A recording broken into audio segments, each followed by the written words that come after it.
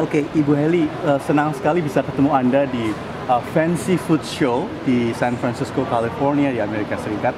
Nah, Ibu tadi bilang bahwa ekspor makanan ke Amerika atau ekspor basically makanan dari Indonesia itu gampang sekali. Yang susah perizinannya. Bisa Ibu jelaskan itu, Bu? Sebenarnya begini, kalau kenapa saya menganggap bahwa ekspor itu lebih mudah daripada kalau di dalam negeri, gitu kan?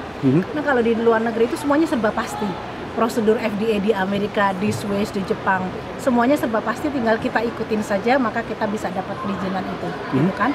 Nah, kemudian kenapa saya bilang gampang? Karena Indonesia itu kaya sekali dan punya banyak sekali produk yang eksotik, yang unik, yang tidak dimiliki oleh negara lain. Intinya pasar itu kan simple, barangnya enak, tidak banyak persaingnya, gitu kan? Automatically mereka akan merespon. Nah, problem kita sebenarnya justru ada di dalam negeri. Kalau misalnya kita mau mendorong ekspor, sementara satu, logistik di dalam negeri itu mahal, ya kan? Apalagi kalau udah bicara di luar Jawa, di luar pulau Jawa, gitu kan, itu mahal sekali untuk bisa membawa produk-produk. Padahal produk-produk terbaik pertanian Indonesia itu justru di daerah-daerah terpencil, ya kan? Nah, jadi artinya infrastruktur itu menjadi sangat penting. Kemudian kita pada saat kita bicara ekspor, umumnya kan produk olahan. Bagaimana mungkin kita melakukan pengolahan di daerah-daerah itu sementara tidak ada energi, tidak ada sumber listrik, ya kan? Nah, sehingga asimetri pembangunan di Indonesia memang terjadi, gitu, sehingga tidak ada kesempatan untuk daerah-daerah terpencil ini untuk mengembangkan added value products untuk yang kualitas ekspor. Padahal bahan bakunya itu luar biasa dan itu dicari. Istilahnya kalau pasar itu barang yang bagus itu mereka kejar sampai ke ujung dunia manapun. Nah, kembali soal perizinan, kira-kira di era pemerintahan Pak Jokowi ini, sekarang ini, perizinan apa yang Ibu maksudkan yang rada susah itu? Nah, sebenarnya justru yang sulit itu kan adalah izin edar untuk di dalam negeri. Misalnya kalau kami sebagai UKM mau masuk kepada supermarket, memasarkan di supermarket, kan kita akan diminta izin pilihannya cuma dua. Apakah itu pendaftaran industri rumah tangga atau melalui Badan POM. Karena kita UKM, Badan POM terlalu berat untuk kami kan. Nah, jadi pasti pendaftaran industri rumah tangga. Sementara pendaftaran industri rumah tangga dalam implementasinya itu sangat tidak praktis. Satu, pada waktu kita mendaftar kemudian mereka bilang tunggu pelatihan. Pelatihannya kapan? Tunggu anggarannya turun. Anggarannya baru turun 6 bulan lagi, keburu hangus. Kita punya PO dari supermarket itu keburu hilang. Nanti begitu kita datang 6 bulan lagi masih dibilang lagi, oh pesertanya jumlahnya masih sedikit, nunggu ya sampai pesertanya penuh. Kita nunggu lagi 3 bulan. Nanti setelah 3 bulan untuk inspeksi, mereka bilang tunggu anggarannya turun lagi. Jadi sistem yang ada di pemerintahan kita, birokrasi kita itu tidak responsif terhadap kondisi pasar.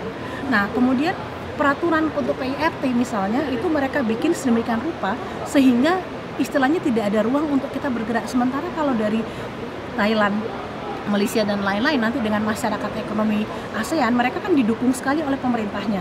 Dan aturannya kan adalah mereka yang punya izin edar di negaranya bisa memasarkan di supermarket yang ada di negara sesama ASEAN. Artinya apa? Kita menjadi pasar saja. Karena kitanya sendiri sebagai UKM yang ada di Indonesia mau masuk ke supermarket sendiri kesulitan karena itu tadi adanya birokrasi regulasi yang sangat tidak mendukung. Menurut dari pengalaman Ibu, ini memiliki usaha kecil menengah di Jakarta ya.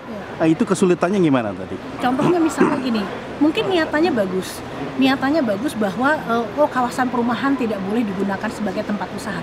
Tapi realitanya kalau kita bilang tadi kategori industri rumah tangga untuk PIRT, rumah tangga kan artinya rumah ya Pak ya yang kita pakai. Ternyata ada aturan di DKI Jakarta di mana rumah tidak boleh dipakai sebagai tempat usaha, ruko juga tidak boleh dipakai kecuali hanya untuk transaksi dagang, perkantoran juga tidak boleh. Terus kami di mana? Artinya berarti sama saja kita harus menyewa di kawasan industri. UKM tidak akan sanggup menyewa space di kawasan industri. Satu, itu terlalu jauh, kemudian ada minimumnya, misalnya minimum 500 meter persegi atau 1000 meter persegi, dan itu nilainya tinggi sekali. Nah, artinya tidak ada ruang untuk kita sama sekali untuk melakukan usaha itu di DKI Jakarta. Nah, keluhan yang Ibu barusan bilang tadi, apakah sudah disampaikan ke Pak Ahok langsung atau ke Pak Jokowi langsung? Nah, atau beliau sadar bahwa ini masalah yang dihadapin pebisnis atau eksportir semacam Ibu? Dua-duanya saya sudah sampaikan ke Pak Jokowi langsung. Kebetulan waktu itu saya diundang untuk audiensi, nah, sehingga waktu itu memang diminta untuk di follow up melalui Menko Equin. Nah, dan saya diminta untuk memasukkan istilahnya masukan tertulis untuk itu.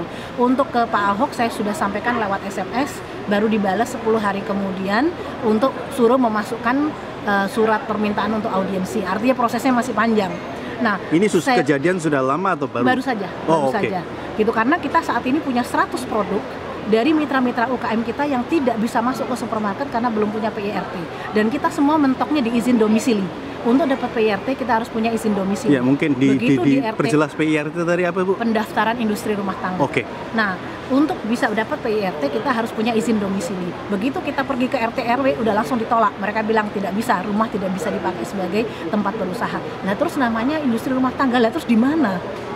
Namanya kan pendaftaran Industri Rumah Tangga. Kalau rumah tangga tidak boleh dipakai untuk berusaha, lah terus kita disuruh kemana? Sementara kalau kita disuruh menyewa di kawasan industri, udah jelas tidak mungkin untuk yang baru mulai, yang mungkin skalanya masih sangat kecil sekali, gitu. Nah, untuk saya yakin sebenarnya niatannya Pak Ahok baik, tapi perlu waktu, gitu kan, untuk bisa mendengar. Jadi semua pimpinan daerah itu harus mendengar dari pelaku yang menghadapi masalah, karena kalau tidak akan salah menentukan kebijakan. Kira-kira ada berapa UKM yang bisa Wah, nasibnya ribuan ya? Ribuan, karena UKM makanan di Jakarta itu sebenarnya banyak. Jadi tahu nggak, mereka yang punya PIRT itu semuanya main kucing-kucingan. Mereka pinjam nomor PIRT dari daerah lain. Okay. Yang penting ada nomornya. Jadi tidak benar-benar mereka urus di Jakarta karena udah jelas tidak mungkin. Tapi kan itu jadi tidak sehat. Ya. Oke. Nah, ini harapan Ibu dengan ini apa? Dengan ada ikut pameran di Amerika. Terus terang, kami merasa bahwa kami jualan di luar negeri lebih mudah daripada kita jualan di negara sendiri karena faktor birokrasi dan regulasi. Jadi sebenarnya bukan karena faktor gaya-gayaan gitu kan, tapi memang realitanya karena faktor itu akhirnya sekarang kita itu 85% ekspor, 15% domestik. Jadi benar ya, jadi lebih gampang ekspor daripada bisnis di dalam negeri. Karena tidak ada kepastian hukum. Oke, terima kasih banyak. Terima kasih. Good.